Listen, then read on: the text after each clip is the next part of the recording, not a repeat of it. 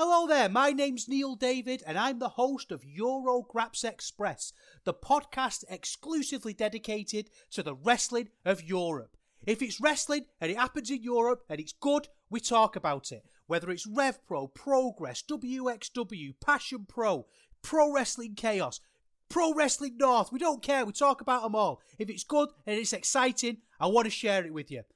We're on the Voices of Wrestling Podcasting Network. Check us out on the feed. Check us out on Twitter at EuroGrapsEXP. And join us for chat about European wrestling and a little bit of chat about cheese. Hopefully see you there. This podcast is a member of the Voices of Wrestling Podcasting Network. Visit voicesofwrestling.com to hear the rest of our great podcasts, as well as show reviews, columns, opinions, and updates across the world of wrestling.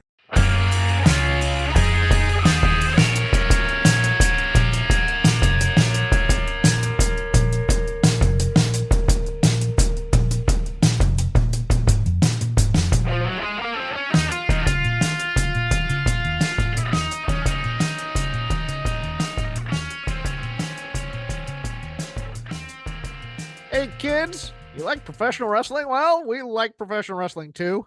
Allegedly. Allegedly, yeah. In Shake Them Ropes, I am Jeff Hawkins. He is Chris Novembrino. And Chris, I went on an adventure yesterday, and I may never, ever go to a grocery store again. I went to a restaurant supply warehouse. Oh yeah, those are cool. An actual one where you can only get in if you're a manager of a restaurant, or they'll give you a day pass to go in there. And they don't have shopping carts. You are in there with a wheelie cart type of thing. The booze is cheap, the meat is cheap, everything's cheap, and it's in such great portions. It is. I was looking at this and going, what do I need this whole side of beef for? And yet I almost bought one, but it's one of those things where it's like, I have a giant salami, like almost like a deli-sized salami that I bought just for snacking. I'm like, why would I ever go to a grocery store ever again? It was amazeballs, and I almost wish I had a second freezer at this point. There you go. I need to get back into cooking down at regular elevation. I will be cooking tomorrow because I'll be on the mountaintop tomorrow. How does higher elevation affect like a crock pot or something? Does it take longer because the air is thinner? It would theoretically, but because I use the pressure cooker setting, it Okay. doesn't. Okay. Yeah. Well, the pressure cooker would. I mean, that's like being on inside of an airplane. It's just gonna really. Right. No. So that's actually why the Instapot for the mountaintop is a lovely thing. So you get like huge portions. It's savory, which is good when you're working, when you're working on top of the mountain or whatever. And then, I will have, plenty to eat on. We'll be up there. I'll be up there starting Friday at noon and then all the way through Saturday afternoon. I should be getting back from the mountain around 2 or 3 p.m. All I know is I could get a giant bottle of Buffalo Trace for like $30. In stores it's like 70. I'm like, I'm never buying anything at a store ever again. Yeah. I'm now what I want you to think about, which is a weird thing for me to be pitching to you as I'm approaching 49 days of sobriety. Yeah. Think about how drunk you would be on top of a mountain drinking that Buffalo Trace. Oh, you'd be because of such the a cheap elevation. date. You'd be such a cheap date. I won't ever know, Oh, but no, I will tell you, I've been drinking in Denver. smoking hits pretty good up there too. Oh, I've been drinking in Denver before. Went the same weekend as the Great American Beer Fest, but there was also an improv festival there that weekend. Oh yeah, the thin air. I'll have one drink and then I'll be done for the night. Thank you very much. Wait, now the mountaintop would be double the elevation. That's It's about true. 10,000. Yeah, it's 10,000 feet, so it really hits you. You could get in shape quick up there, Chris. You can. I'm gonna be pushing some snow. Don't worry, buddy. I'm getting a workout. That is my new sort of work plan and workout plan consists of being on top of a mountain one day a week and pushing snow, because I'll be doing it this week. I'll be doing it next week at least, and then we'll see when they need me again. But especially since I cook food, I'm a popular guy to have as your secondary on top of the mountain. I'm easy to get along with, and I cook a good meal. Well, we've been down this road before, Chris. Oh Vince no, we're breaking up again. again. Uh, During SmackDown on Friday night, at least the East Coast feed, Vince McMahon officially stepped down from TKO, company that bought up WWE and also owns the UFC. McMahon releasing a statement, quote, out of respect for the WWE Universe, the extraordinary TKO business and its board members and shareholders, partners, and constituents, and all of the employees and superstars who helped make WWE into the global leader it is today, I have decided to resign from my executive chairmanship and the TKO board of directors effective immediately, McMahon said. Nick Khan, in a email to employees, he will no longer have a role with TKO Group Holdings or WWE. Jeff Hawkins says, for the time being. He came back before. I don't know if he survives this one, but God help us. Yeah, that filing did some damage to the stock, did some damage to the board, did some damage, and they all knew this coming in, that this was a possibility. But Vince McMahon, get the hell out. Chris, your thoughts? well, I would like to begin by saying you're welcome, Vince, on behalf of the WWE universe. I think it's kind of beautiful that he put us first in his statement, and however this shakes out, it'll always be something I'll remember about him, of course. Other than that, he needed to go, obviously. I don't think he survives this one, Jeff. I really don't. I don't think he survives it, but I think he gets out better than you think, and I'll tell you why in a moment. I think he might get out better than you think on this one, but then there's just this open question of what are these other cases? Yeah, if there are other cases. Well, we know there's other hush money payment. Yes, there's other hush money payments, but I don't know if they'll be, the thing they need, though, to me, is to declare the NDAs invalid, and then the cases will come. If they don't declare the NDA invalid, you're not going to get these cases. Although the attorney for Janelle Grant also saying, hey, people are flooding their inbox saying, hey, I'd like to be in on this too. This might turn into a class action, is what this might turn into, which would be very interesting. Yeah, I mean, and if there is fire underneath that smoke, and I just like most of the stuff in the filing, my gut just says as I'm reading that filing, they've got the goods on this. Well, it's funny you should say that, because not denying anything, old Johnny Ace, John Laurinaitis, has lawyered up. Vice reporting today. I'm going to read the statement. In a response to a follow-up question seeking to clarify that he was indeed saying that McMahon was the predator and that Laurinaitis, like Grant, was a victim. Yeah, those things are equal, Johnny. Jeff editorializing. Brennan wrote, quote, read the allegations, read the federal statute, power, control, employment, supervisory capacity, dictatorial sexual demands with repercussions if not met. Count how many times in the complaint Vince exerts control over both of them. The opening line of his attorney saying, read the allegations, is very, very damning for McMahon. And it seems like Johnny Ace is just ready to, throw anyone and everyone under the bus to try to save his own ass here. He's turned states here. He is a rat. And the funny thing is, no matter how many people, when Vince did terrible things, said, oh, Vince, no, he's a great guy, misunderstood, blah, blah, blah. Ain't nobody ever defended Johnny Ace. Nobody, which would be an amazing thing. In his Hall of Fame speech, Abdullah the Butcher was saying he wish he'd shot on Johnny Ace more. If Johnny Ace ends up being a hero in this in any way, F that. I'm sorry. Well, no. Johnny Ace would not be a hero in any of this, Jeff. No, I know. Let's be very clear. He cannot be. In part, going back to what his attorney said, look at the nature of these acts and the power, which is what they are saying is, oh, Johnny did it, but he was forced to. I'm sorry. I have a vivid imagination, Chris. But that is the crux of their defense right now. The crux of their defense is Vince made Johnny have sex in a threesome with him and made Johnny look at those dirty pictures of his girlfriend. Johnny was scared not to look Johnny at the was dirty afraid pictures. to say no to having sex with an attractive woman. No, I'm sorry.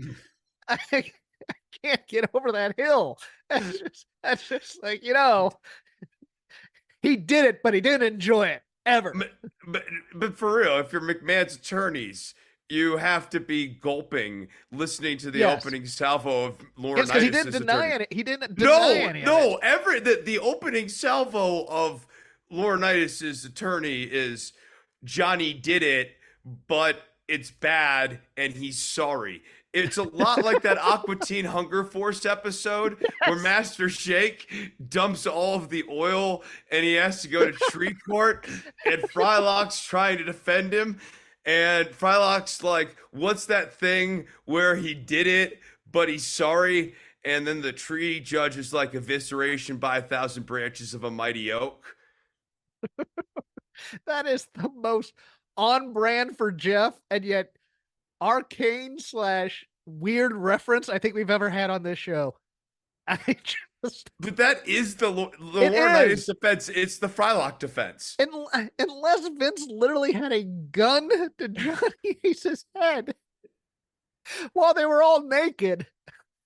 This is not an excuse that's going to fly in court with a jury in a civil case. I'm sorry.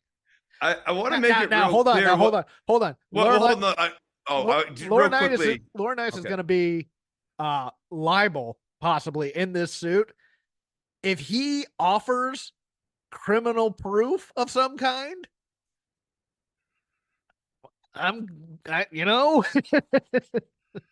Let's be real clear here for the audience. What we are laughing about is not the nature of the case, but the absurd nature of this defense. Right now, yes. And the bizarre self-sabotaging nature of the opening salvo of Johnny Ace's defense. I don't know that it'd be better to go for abject denial, but it's unclear to me how this does him any good whatsoever. Why is his lawyer saying a damn thing? Right. I don't understand this strategy at all. There's just baffling stuff amongst all these morons. Does WWE have a PR department? Because also later this week, if you watched that press scrum after the Royal Rumble, Triple H not having a good day and not having exactly the best public relations skills in the world. Dealing with this, got hammered for 3 of the first 4 questions were about this Vince thing. And boy, were these some lame answers he was giving. Everything we can. Yes. Doing everything we can. We don't want to take focus away from the performers right now, blah, blah, blah. That kind of crap. And then HBK slightly doing better in terms of knowing that his responsibility is as a trainer to provide a safe environment for students at the performance center, blah, blah, blah. But then he gets hit with, oh, by the way, Brutus Beefcake's been talking about how you and Marty Jannetty used to date rape women type of thing. So he had to deal with that. This entire thing and the amount of mainstream media that is now on this Vince McMahon story, they may be lucky to survive this whole thing. Yeah. I think in particular, I think if Levesque goes, Michaels is gone too. And Levesque's got serious problems in this story. Not that he was involved in what McMahon was doing, but that there are real issues, the Watergate sort of questions of what did Hunter know and when did he know it? Yes. And I think a damning part in that narrative is going to be the board vote that got changed, where they unanimously voted him off of the board. And then when came back, yeah. yes, And also right. that speaks to state of mind. I Yes. keep going back to that one where they, at that point, it's going to be very hard for them to argue that they didn't know something. I mean, they could skate away with it, but it beggars belief. Well, it also sure. depends on which number of there are 4 unnamed executives in there. Which number is Triple H? That's going to be the big one for me. You know, is he the guy with the office next door? Is he, there's enough for all of them to go around. I'm reading this paragraph. McMahon instructed Grant to create quote-unquote explicit content for Laurinaitis and arranged a threesome between them, after which Laurinaitis declined to answer when Grant asked if this was the first time this had happened. Later, the suit says she was transferred to the Talent Relations Department, which Laurinaitis headed, a transfer that came, the suit says, quote, with the expectation for both McMahon and Laurinaitis that she engaged with Laurinaitis sexually, both physically and with explicit content. This was bad enough that the Bella twins, or the former Bella twins, now the Garcia twins, came out and basically said, "Nope," and my mom's trying to deal with all this. Yeah, let them all burn if it's true, which it probably is. Going back to the Johnny Ace defense. At this point, I believe that the filing is true. I know we have a system of law, blah, blah, blah. I've heard some other weenie takes this week on this sort of thing. But in light of the Laurinaitis defense, and especially my initial impressions of the filing anyways, I am going to be operating under the assumption that the filing is mostly true. With maybe certain details or whatever being off or whatever. But like, I'm going to be operating with it's mostly true until they show in court that it's not true. I am of the opinion that this. Here's the troubling thing. I mean, a much not the troubling thing, but something that's been in the back of my head. Vince can't let this get to discovery or trial. He can't. And the temptation for Grant to take what will probably be a vast sum of money. And I'm talking a large percentage possibly of Shane and Stephanie's inheritance. Yeah. It would have to be a large settlement. And if that happened, it would also, I guarantee you almost, Vince would also put in there that there will be no explicit admittance of wrongdoing and that the matter will be closed. And that is the kind of pressure I wouldn't wish on my worst enemy, because it's going to be, I think, a 9-figure type of payoff. It would have to be, I would think. Yeah, no. I mean, at this point, I think isn't that kind of close to what they're seeking in court anyways? I don't know if they're seeking damage. I mean, how much in damages they're seeking. I did not see, I don't remember that part of the filing. If you have it in front of you. I don't. But yeah, I guess in my head, I thought they were, I thought I remember that. I don't think they were asked. I thought they left it open for both kinds of damages for a jury to decide. And then they'll give the net worth and whatnot and go, okay, what percentage should he have to pay?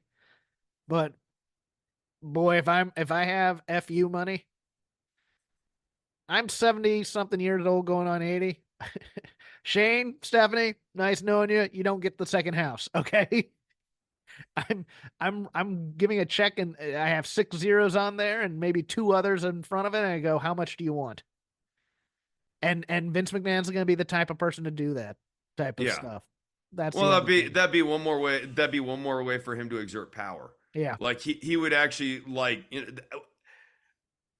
again, I just think the recurring theme in the filing, and then now, of course, people have been doing a forensic pathologic analysis of Vince McMahon on screen a bit more here and seeing some of the same things that, that have been, many of us have been seeing out there for a long time. And I think that Vince's, humiliation, control fetish, all of that would very much get off on the idea of, yeah, in the very end though, I was able to buy her off. Like I was ultimately able to clean up the mess. One other random bank shot thing that I had this week, a random thought around this story here, takes us back to the mid-aughts as well, where we know Vince was doing a lot of this stuff. Like, we know what Vince was like around this vintage now. And you might remember a specific WrestleMania program involving Bobby Lashley and one Donald Trump, the host of television's The Apprentice at that time. You're going to go down this route, you think? Okay. It's an election, dude. It's an election year. I'm not saying right now. Is there any concrete anything? No. But like, dude, if Vince and Trump were hanging out at that time, and we know the behavior of these two guys, I wouldn't bet against it if there were bets to be made. Now, will it come out? Mm-hmm. Nah. It won't come out if it did, and I'd say it's even money. Right, but it's not anything less than even money. It's not anything less than even money. No, that's what I keep coming back to. No, you look at it, you're like, I wouldn't feel good.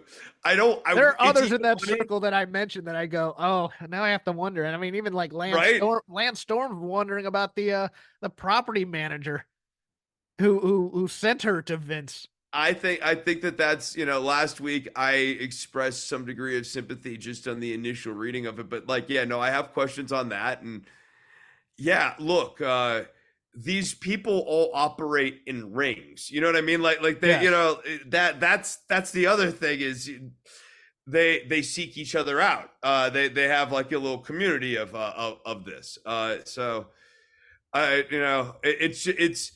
it's not like I'm certainly not trying to get like into politics in particular, but I did just have like that kind of shower thought earlier this week. And I'm like, dude, they were in business together. Like how long? How long? Because the WrestleMania program, like, didn't that kind of like wrap around for the better part of a year? Yeah, but they also had like a 2-year deal with like Trump in Atlantic City. When they did the WrestleManias there too. Yeah. So and that's the other thing is his relationship with Trump extends further back than just that 2006 run too. It's just weird to think about. But in light of these allegations, it's something that I've now at least been kicking around in my brain a little bit as just trash TV, I guess. I have a lot of things I could say, and they're all terrible jokes, and they do not belong here because of the gravity of the situation, unfortunately. So my gallows humor will have to wait for another time. But like even money. CM Punk tore his tricep during the Royal Rumble on Saturday. It looks to be missing WrestleMania. That's all I got for that story until we get to the lazy river, and I'll talk about the segment. But yeah, I mean, this guy just has the worst luck. First big match, and out for a extended period, and kind of similar to what happened with him in AEW in a way after he won the title. Yeah, it cracks me up because when he was being introduced during the Rumble, one of the announcers, I can't remember if it was Cole, I think it was McAfee, was talking about his physique, and I was just like, really, if we're gonna try to go with CM Punk, the body guy, okay, sure, why not? Got an interesting discussion in one of the discords that I'm in with people who are in wrestling media about whether or not performance enhancing drugs count as straight edge or not.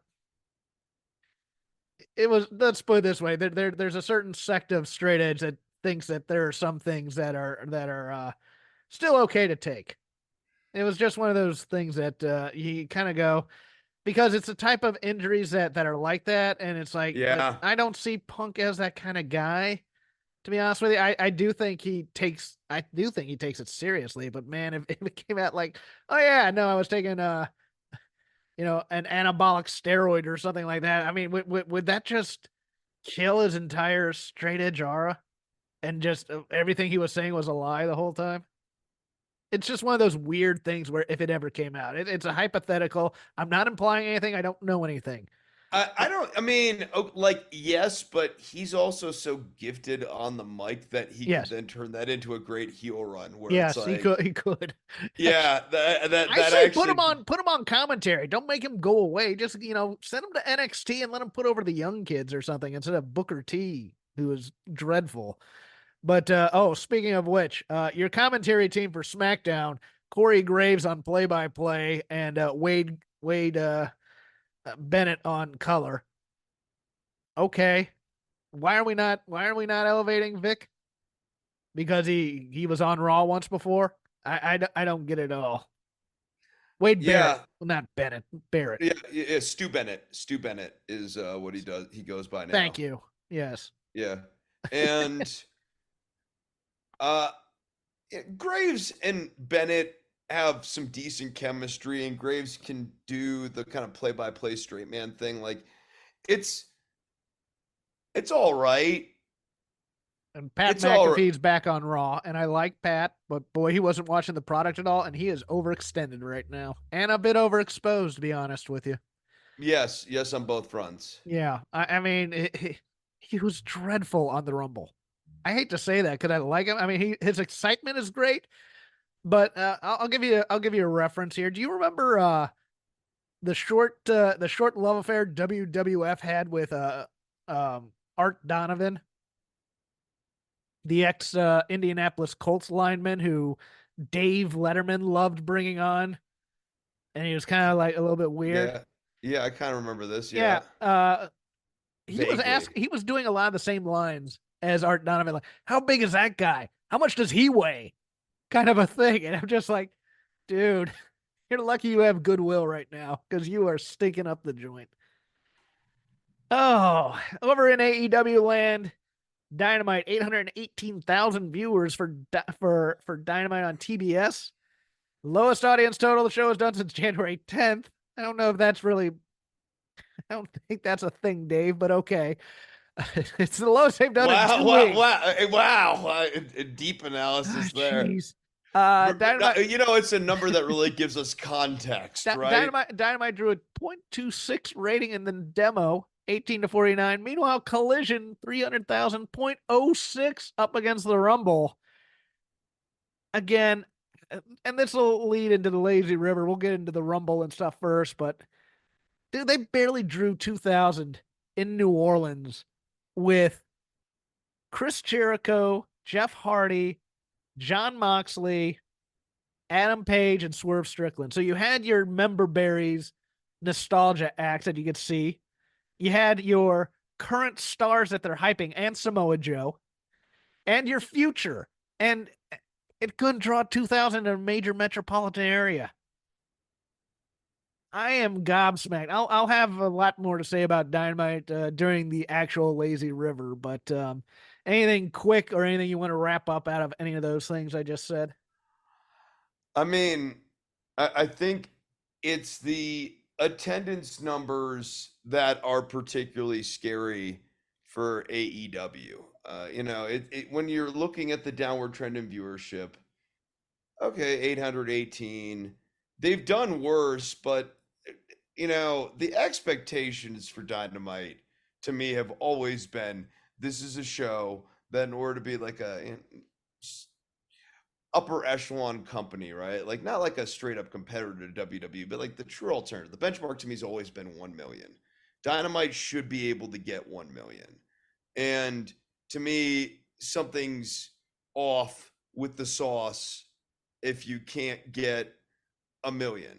I don't want to Uh, be these darn kids, but I also think the fact that these aren't crowds that are loud and rowdy and big because they're choosing not to pay to go to these things. and instead maybe watching TV or whatever. I mean, I agree with you. I think 1 million's the benchmark. Yeah, and then you have to you kind of cross reference that against attendance. Like, look, they're going to all these towns, and they're getting 10,000 or whatever on a regular basis, and they were averaging 800, 900,000. I'm way less worried about it. It's the fact that they are running major metros. I guess we'll see how they do in Phoenix when they go out there. But they're running these major metros, and they kind of feel like a house in search of a show rather than a show in search of a house. Yes. That I think is a problem. So that'll do it for the news part. Now into the lazy river of wrestling criticism. We have a lot to get through. Whatever we watched, whatever we saw. Chris is going to be mostly WWE. I did watch some AEW, but we have ice cold takes and a preview. So ice cold takes on the Royal Rumble. Usually WWE's best pay-per-view. I still was entertained by it, but boy, did I find it very mid. I found it meh. The Rumbles are story matches. I get it. But boy, I watched the 88 Rumble leading up to this, and I prefer big guys punching, kicking, and trying to throw guys over as the aesthetic in terms of the picture, instead of everybody laying on the ground while guys do high spots. But that's just me. I want more of a battle royal kind of a thing where it's like I want to see them trying. I know battle royals are boring. I get that. I thought Jordan Grace looked very good as a guest star for TNA, but can she not eliminate Maxine Dupree, who is dreadful? And does Maxine Dupree need to be made superior because she's a WWE talent? No, give Jordan Grace an elimination. She got no eliminations. She did get some good spots in. I thought it was very good. I thought they introduced Jade Cargill very well. She got the big spot eliminating Nia with the body slam. I did laugh at R-Truth getting a hot tag in a Royal Rumble. He's so fantastic at being so unrepentantly stupid. And I actually thought the two other matches, while not great, like I thought the DQ on Kevin Owens was smartly done. Yeah. I did. And it made me mad that they didn't do a DQ on Dynamite in the Kyle Fletcher versus Chris Jericho match, since it was all to set up a match for Takeshita versus Jericho on the Phoenix show. AEW doesn't like doing disqualifications. The other company doesn't. WWE doesn't do DQs all that much. Now, what both companies do in spades is the stupid distraction stuff with managers and seconds and thirds and crap like that on their weekly television from week to week. But a good DQ can be the end of a good story and can make everybody look good. And this especially made the referee look good, in which case they usually just make them look like idiots. I really liked that ending to that match. But your thoughts on Rumble, Chris? It's weird. You look at the card, and I mean, I liked the ending to Logan Paul and Kevin Owens. Relatively brief match coming in at Wikipedia has it at 14 minutes, but I think like that's with entrances, and I think the actual match was like closer to 12. Yes. And the four-way, which I guess we can talk about next, was sports entertaining, but such a foregone conclusion. And I feel like the job of a match like that is to make the three guys who are obviously losing seem awesome. Yes. And I didn't come out of that match thinking AJ was awesome or LA Knight was awesome or Randy was awesome. And that really should have been the message. I think being non-committal on who, quote unquote, should have won the title in that match was a bit, I get that we're on the road to WrestleMania, but you plant a seed, you leave a story unfinished, and then crazy idea, you finish the story. In this case, I don't know, make a decision. Is it Randy Orton who basically had Roman Reigns pinned? Was it LA Knight who once again had Roman Reigns knocking on the door but couldn't quite pull it out? Like there should have been a more clear second place finish in that match as well. I'm just tired of people not planning for friggin' Solo Sikoa. You know, we've had how many of these title defenses in how many days of the tribal chief's reign, and nobody ever has a contingency plan for when Solo Sikoa is going to come down and drag the referee out during a 3 count. And in Which, this case, an easy out is each one of these guys has a buddy. So like you actually have 3 guys come out and just annihilate Solo Sikoa. And that makes yes, Solo, yeah, it makes Solo look good. But like, LA Knight has a friend, Randy has a friend, AJ Styles have a friend. But basically, they have something to counteract this. and they've done nothing with Solo since the actual breakup of this entire bloodline crew. You know, he's just there doing the same thumb shtick. You know, being Roman's enforcer, whereas he was kind of an interesting character during the Usos tension with Roman. Yeah, I just find him an uninteresting character. I mean, I'd love to go back to the Rhea Solo stare down because that was at least interesting too. Yeah, overall, you know, it was a good. I mean, it didn't. There's nothing amazing about anything in this Rumble. That's the thing, other than maybe Jade Cargill lifting up Nia like she's nothing, and that was impressive. But hey, congrats, Aunt Pam winning a Royal Rumble. Very happy for her. Follow up did very little, but we'll see what happens tomorrow. yeah. And then And Cody. Cody Rhodes, I mean, it's the right move. It would have been silly for them to have Punk beat Cody here. I think, last episode we talked about maybe The Rock being on the episode or being on the show, and once that was clear that that wasn't happening, who'd they even have come out at 30? I forget. It was Sami Zayn. Sami Zayn, yeah. Once it was like Sami Zayn at 30, you're like, okay, well, he's not winning the Rumble. Now So I will say on the men's side they did a much better job with the promos on Raw because man that Drew and Punk one that was my jam. when when Drew pulls out because they give him the what treatment, which is just stupid because this is a really great segment, and when Drew goes, you know, I'm not a spiritual man, but you know because Punk, I mean Punk I played this crowd like a fiddle with the whole cancer friend thing. And really, and you know, my dream, and you know, screw that. You guys are the real winners here. I mean, it was a masterful performance by Punk, and then Drew comes out seemingly touched by Punk's statement. And goes, "I prayed for this." I went, "Oh, that's such a great line. That's such a great effing line right there." Go ahead, Chris. no, Drew McIntyre's doing some of the best character work of his life. And yeah, that line. Not just his life, but in I mean, I think the last time, I mean, the Sami Zayn bloodline stuff was great. Don't get me wrong, but I mean, this was just another level of heel promo. And I'm going to live your dream at WrestleMania. Oh, that's so good and evil. I loved it. I loved this entire segment between those two. The other opportunity to miss, though, I think during this Rumble, which I agree, mid to upper mid would be my kind of like. It was entertaining. Yes. Yes, You know, it's a story match. Both Rumbles are story matches. yeah, purely. and like the show was kind of like easy to digest or whatever. It's not a meal I'd have twice, but like it was entertaining. So I'll say mid to upper mid.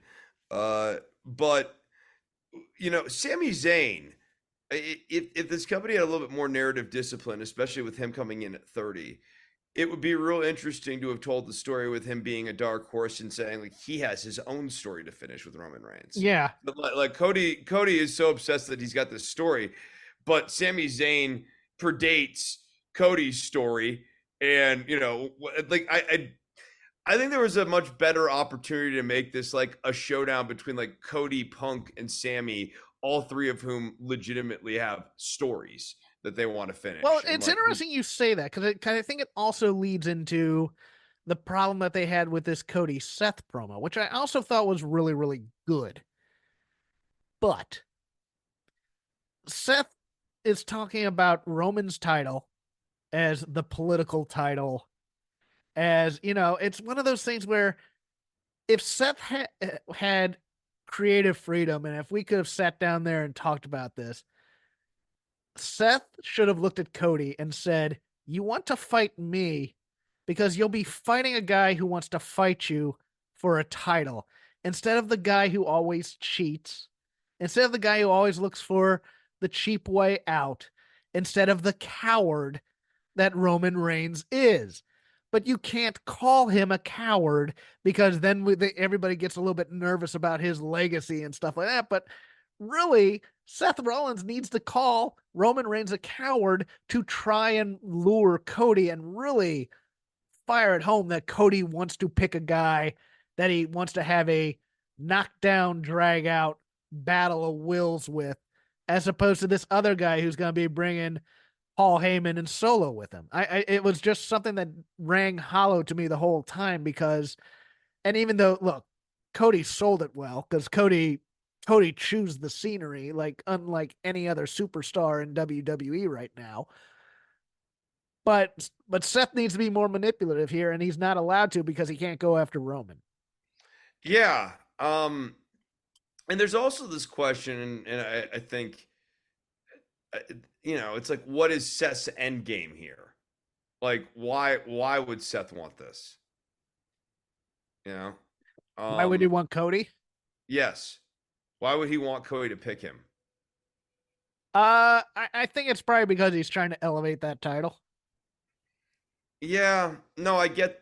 I mean, I'm trying to think of a kayfabe reason. Right. I'm trying to think of a kayfabe reason. Exactly. Like, so that Seth can be in the main event of WrestleMania. Yeah, I mean, maybe that's it. Like that we need to kind of get that, or yeah, we do. I think even more interesting. I think more interesting angle is you start getting clear friction between Roman and Seth. That's not paid off until we get to the other side of Mania, but like Seth basically sort of makes it clear that like he wants a title shot. Meanwhile, we do have a premium live event this weekend. The NXT brand doing Vengeance Day on February 4th in Clarksville, Tennessee, continuing their run of kind of B cities outside of major metropolitan areas. The last PLE, as you might recall, was in Bakersfield, California. A lively and raucous crowd there.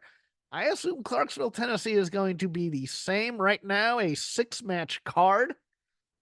Chris, we'll pick the winners, we'll preview, and then we can do anything that's lingering on NXT and our thoughts on the Lazy River before I hit AEW a little bit hard with, even though you didn't watch it, I'm going to give you a statement and I'm going to let you marinate in it a bit. But anyways, the Dusty Rhodes Tag Team Classic Finals. The Wolf Dogs of Baron Corbin and Braun Breaker versus the Trick Mello Gang of Carmelo Hayes and Trick Williams. Before we get into the match, a little shout out to Legado del Fantasma. My God, they look like that awesome team in the territories that would come in and just light the territory on fire with some of their moves in that match against Trick Mello. Loved them. I assume this is going to be the Wolf Dogs winning this when Hayes and Williams can't communicate, or something like that. It's going to lead to the split up, I would think. But maybe Hayes and Williams pull this out, but they're all kind of giving each other the side eye. What do you think?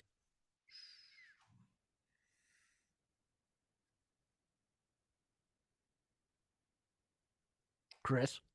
No, I'm thinking. I think Hayes and Mello win, and that escalates tensions. I think that. The tension's not going to break until they have the tag team title match. You're right. Right. Yeah. No, I think they win this, and then like they lose the title match.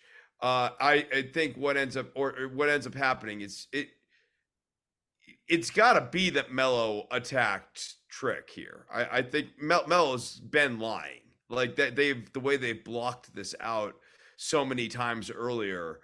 It's been very clear that like Mello attacked Trick, not Ilya, and Ilya's just messing with him at this point. In a very sneaky match that might be good, Dijak versus Joe Gacy in a no disqualification match. Now, I hate Joe Gacy's character work right now. It's just annoying to me at this point. But in the ring, he's still very good to me. And Dijak's game for anything. I have Dijak winning this. What do you have?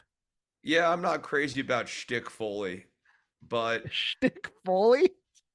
Yeah, but I I think this match has potential. I think Dijak ends up winning it though. Uh, uh, since we're also doing Lazy River of NXT, let me mention that Chase U segment with "Tell Me a Lie," which is the old Shawn Michaels lost his smile when they did the video package, but they did it for Chase U this time, and then for JC Jane to come up with a fix straight out of a Cinemax at 1:30 in the morning movie. Those calendars are going to be on sale in Tennessee. I just, oh, the utter stupidity and ridiculousness of Chase U. God, I adore them, Chris. I liked when the girls of Chase U came out, and it was the most non-committal, half-assed attempt to like be posy and sexy. But at the they, same time, keeping respectful of the news of the week, you know? yeah, Yeah. It's like, hey, anybody ever see Bikini Car Wash when they were a kid? Okay. yeah, they're all coming out there and they're like clap, clap, thumbs up, and I'm Not like, nothing sexual or anything like that because hey, this is the week that Vince McMahon to go. Yeah, they played it absolutely PG.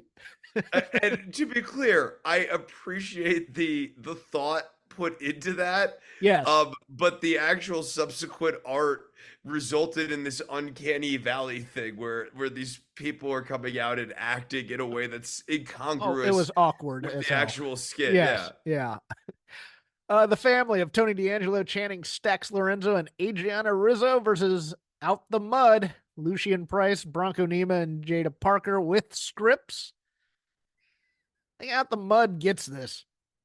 My man Scripps is just killing it on the promos right now, right, Jeff? Yeah. Yeah, just killing it. Each week it's a little bit stronger. I just this guy really feels like he's from the streets. And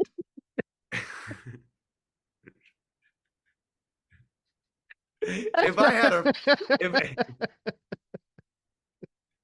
No, no, no.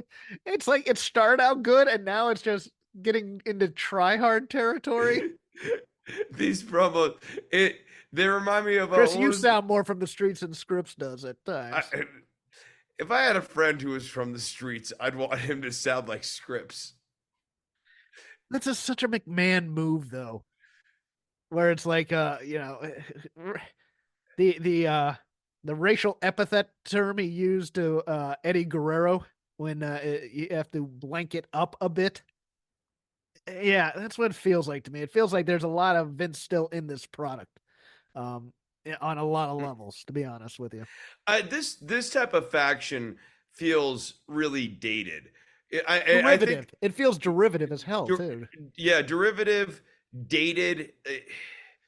And I think that's honestly one of the most sort of damning indictments with this "we're from the streets" sort of thing. The idea of being from the streets is sort of at its best or whatever. You're unrelentingly authentic, but also in touch with what is going on right now. So the death of any of these from the streets sort of gimmicks is when you come in and 60-year-old white guy shouldn't be booking guys from the streets unless they have a lot of input on the gimmick.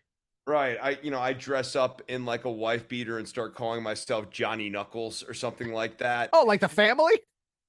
Well, also a really dated and crap gimmick. Yes. No, I mean, and the thing with D'Angelo is he's such a strong performer at the gimmick that I get the impulse to keep him with it. But if you don't have any material that's worth a damn, then there's no point in keeping him doing this. Like the dynamic between him and Stax Lorenzo is just completely flat. Adriana Rizzo adds nothing. Yes. They try to put her over as like, well, she's the one who fixes the problems, but like, what problem has she fixed? Like, show me a situation where Rizzo fixes, corrects a problem for real. Yeah. Obafemi versus Dragon Lee for the North American Championship. Okay. Obafemi wins this, probably. I mean, Obafemi wins this. Dragon Lee does all the work. It's short. yes, it's short. For the NXT Women's Championship, a very interesting clash of two characters that were formerly good and now I can't stand. Champion Lyra Valkyria defending against Roxanne Perez. Chris, I'm going to let you go first because I think I know what's going to happen here, but we'll see. I think Lyra Valkyria turns heel during the course of this match. I thought it was Roxanne who was turning during the course of this match, but I think it's Lyra Valkyria that like she finally accepts Tatum Paxley's help and like Tatum Paxley's friendship and turns to the dark side and becomes a heel champion. I'm going the opposite way. I think Lyra Valkyria stops Tatum from cheating, and then Roxanne Perez cheats Lyra out of the belt. Interesting. She's been cutting these promos again that are just out of character for what I want to see out of the Roxanne Perez thing. Oh, and by the way, that was a useless Rumble spot. Putting in Roxanne Perez in there to do nothing. That was great. I did not understand that at all. I mean, the two NXT people they had in the Women's Rumble were her and Tiffany Stratton. Tiffany Stratton looked like $1 million. Roxanne Perez went in there and did a move. Why not put in Lyra Valkyria to expose the NXT Women's Champion to people? Then have Roxanne be upset that she wasn't in the Rumble rather than have Roxanne go in the Rumble and look like a clown and have to cruise into this title match. Yeah, and now she's kind of giving heelish promos on NXT. She's going to become Cora Jade is what she's going to become. That's going to be the irony thing is Roxanne becomes Cora Jade in this match because Cora's going to be out for 9 months or whatever. Yeah, that does increase the likelihood of a Roxanne heel turn. But I do think this match is a heel turn. I had Lyra like this is going to be an overbooked match, in my opinion, is what it's going to be. Yeah, I don't know. I mean, I think Roxanne's already been champion, and they tend to like not love to rush. And it feels like they don't want to pull the trigger on bringing her up to the main roster because I think they think she's small or nobody knows how to book a decent baby face in this company because good people are stupid for some reason. I don't understand it, but I guess we're gonna have to get it. And then for the NXT title, Ilya Dragunov versus Trick Williams. I adore Ilya Dragunov's character work. Yes. He's become such a good promo too.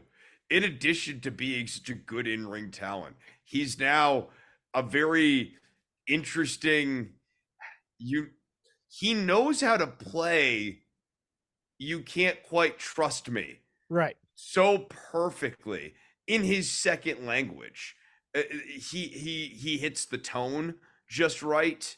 He knows how to have the mannerisms and everything that just evoke unease. And he's probably telling the truth, but he's doing it all in like a way that you're never quite sure what's true, what's not true. I love him. He's moving up the ladder every week. One of my favorite champions ever. I was absolutely gobsmacked because I was having a conversation with Alex Palowski over at Fightful, my friend. And it was a little bit of a discussion about because it looks like they may be doing Braun Breaker against Gunther, and they may have Braun Breaker break the streak. And I was like, I think there's no question it should be Ilya going up there and beating Gunther. And he goes, well, we've already seen that in NXT UK and NXT. I'm like, yeah, it's a great story. Let the biggest audience that WWE has see how awesome it is, because they're never going to play clips of Ilya and Gunther on main roster television. They still NXT UK might as well have not existed. Yeah. Though in the kayfabe universe of WWE, it exists only loosely. Yeah, and I think Ilya's the guy to that should beat him, and then maybe you have Braun beat Ilya, but I just couldn't understand that. It just boggled my mind. Okay, AEW. Chris, my co-host on the Dynamite show, Paul Fontaine, uh, deconstructed AEW Dynamite to the point where, for another animated show, if you recall the South Park episode where they deconstructed how Family Guy writes a gag with the manatees, did you ever see that? Yeah, I did. It was Where brutal. where It where made it's it very hard to watch Family Guy episodes for a long yes, time. Yeah. yes, it's gonna be very hard for me to watch AEW the same way again because here it is. You have a match. Uh, the guy who's losing the match takes 80% of it, and the guy who's in the actual feud that's going to be on the pay-per-view wins, but he only wins after getting beat for 80% of the match. And nobody ends up looking good for it. This company doesn't do straight ahead squashes at all. They always think they're going to make the other guy look good by getting all this offense in, but all it does is it just elongates the freaking match.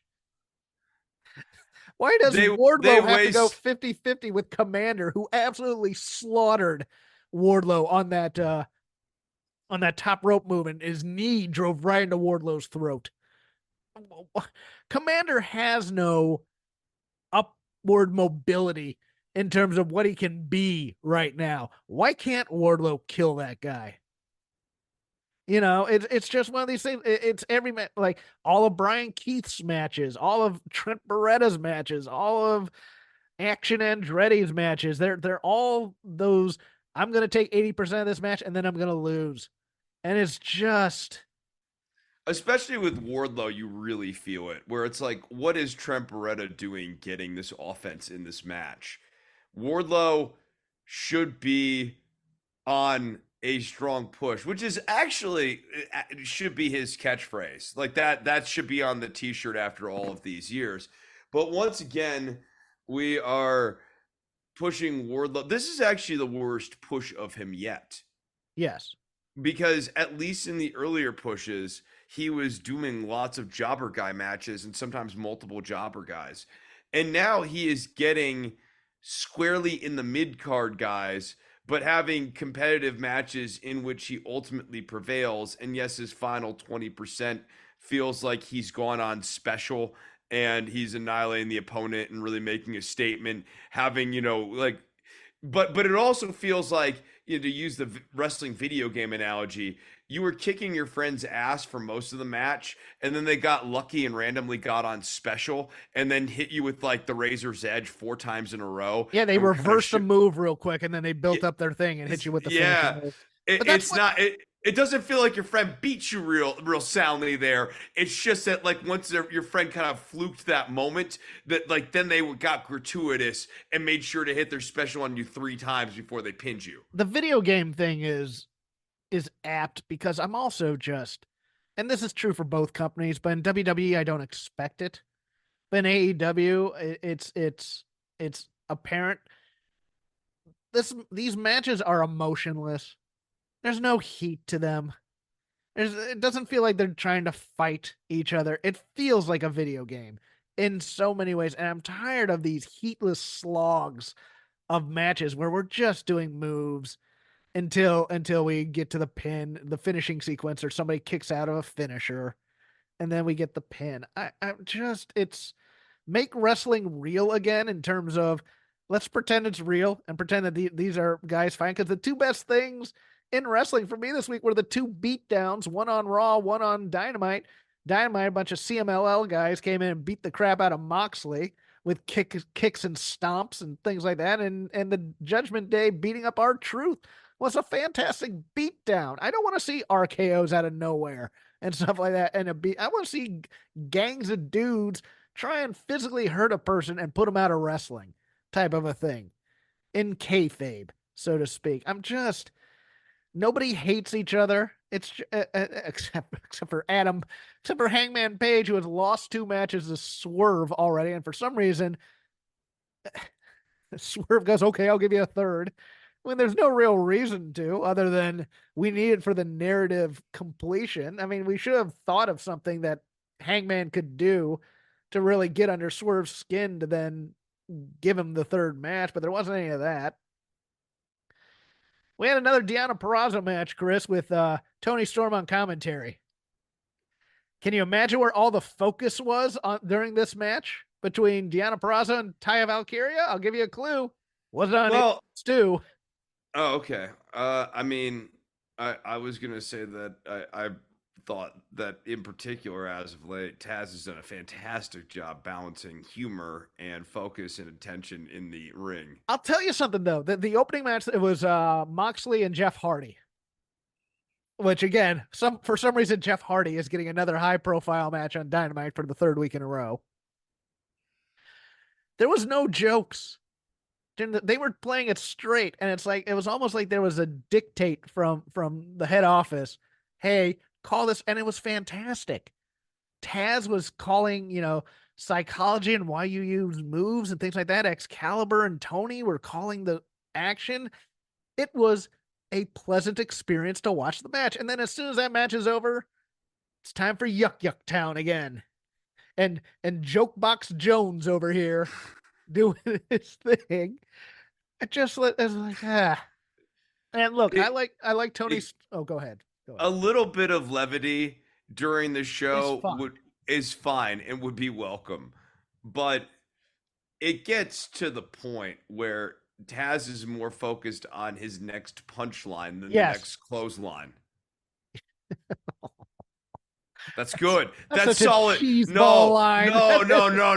That's solid shit. Don't even act like that.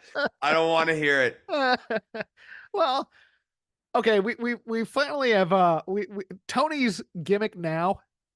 She's still doing the silent movie thing, or the ex early Hollywood star thing. But she's now one of those stars who's trying to get around. I forget the name of the code that they were using in the early days, where it's like but it's nothing but sex jokes she's doing now while she's doing. Oh, like the blue laws? Yeah, the blue laws type of thing. She's trying to get around the blue laws, but she's saying things like knuckle deep and things like that. I mean, it's become apparent that this is nothing but an R or an X-rated gimmick that's trying to get around the blue laws. And it's funny, but she's not the one who needs to get over here. Deonna Purrazzo is. And again, we're just eating Deonna alive to go with, Tony Storm thinks Tony Schiavone is Ian Riccoboni again, or whatever. It's like, leave her in the back and let Tony get some shine here and build her up so we can see this match again. But you mean Deonna. Or Deonna. Yeah, no, we did get to see, wow, they have matching ducks on their ankles because they're sisterhood. It's like Deanna's doing nothing except doing the I want my friend back shtick. And it's god awful. The I want my friend back shtick is just very tone off. It makes you look like a wuss, is what it does. It makes you look like a wuss, but like it makes, in particular, when your friend is this far gone, it makes you look crazy too. I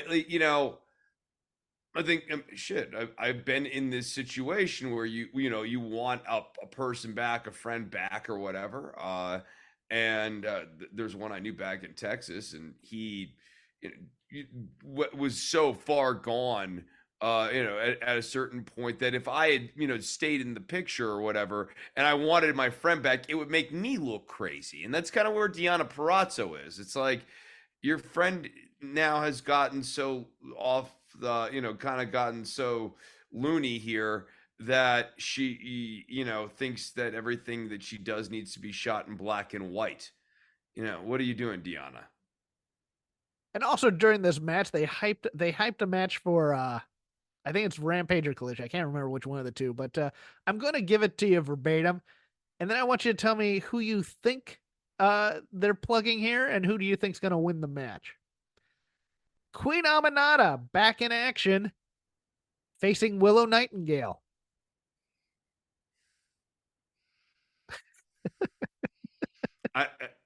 Queen Aminata? Well, yes, that's the whole thing is you're supposed to think, okay, great. No, they're going to have Willow Nightingale beat her because they're still doing this stupid thing with Stokely Hathaway and Chris Statlander.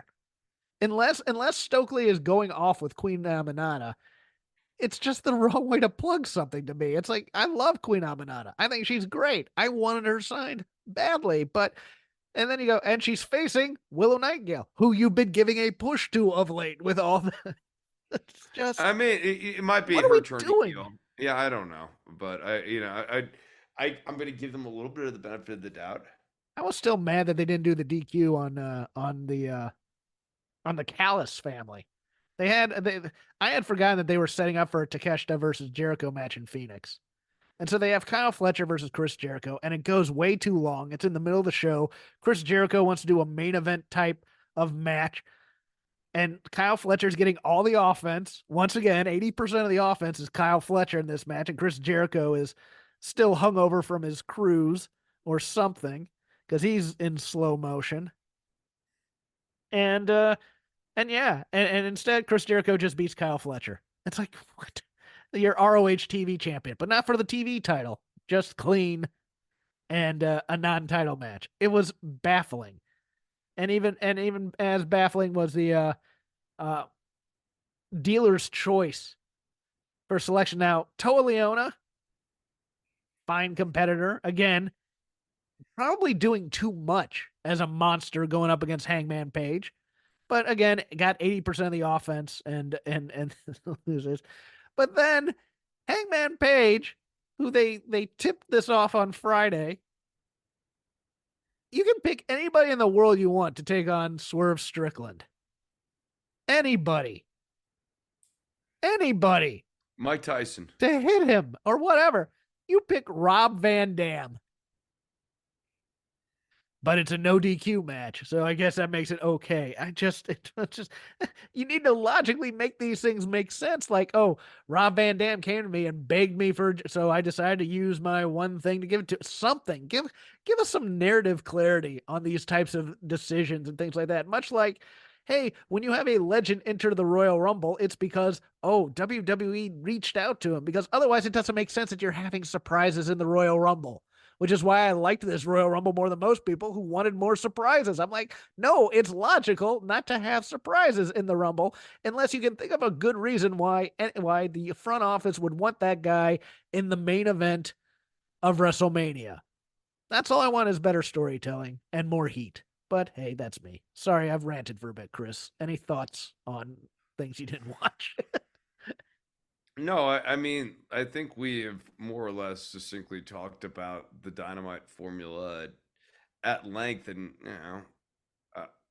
that's the real problem with the weekly product is that 80-20 thing. It's just very unsatisfying, and I think that they feel the need to extend the Formula One, obviously, because wrestlers want to get their shit in. But Yes. two, if you reduced down the formula and you made them into 5 or 6 minute matches, you would really feel how glaringly dumb they are as a structure to do that 80-20, where like the losing wrestler takes 5 minutes of a 6 minute match and it's the final minute that the opposing wrestler takes. It's just not a satisfying structure. What, you wouldn't want to watch Commander versus Adam Page, where Commander does all his flippy stuff and then it's like a buckshot lariat and that's it? Yeah, right. It's Commanders. It's just 5 minutes of Commander killing it. Missile drop kick after missile drop kick. All of a sudden he goes off the ropes, gets caught, and then that's it. Anything else? No, not this week. Okay, cool. I really like the dynamic between Trick and Ilya Dragunov. I said it before, but I'll say it again. I thought that promo between them was really good. And even though to me it sort of feels like a foregone conclusion, I like the character work between Trick, Mello, and Ilya. They do a good job creating doubt. I thought for sure that Trick Williams was going to be in the Royal Rumble, and that's why they put him on the Go Home SmackDown, and then Mello was going to eliminate him. I just did, and I was so wrong about that. And I thought it was interesting storytelling just to add that both of them didn't know what the other one was doing. That like they're really not on the same page here. It's a good it's a good story. It really this has actually been a very interesting story. Are Melo's intentions pure in trying to win the Dusty Cup? Yeah. Yeah, like they've done a good job creating doubt. I think that kind of stuff is what solid programs are, and all three of them are really talented in-ring performers too. So like if this ultimately results in Melo versus Trick versus Ilya, that's a really interesting three-way match ultimately. I would really like, because I think tomorrow on SmackDown is going to be the breakup of Damage Control, or at least throwing Bailey out. And I want to see how. I really would like it to be intense. Like the prototype for me, and I tweeted this earlier this week, was the Clash of Champions where the Horsemen throw Sting out.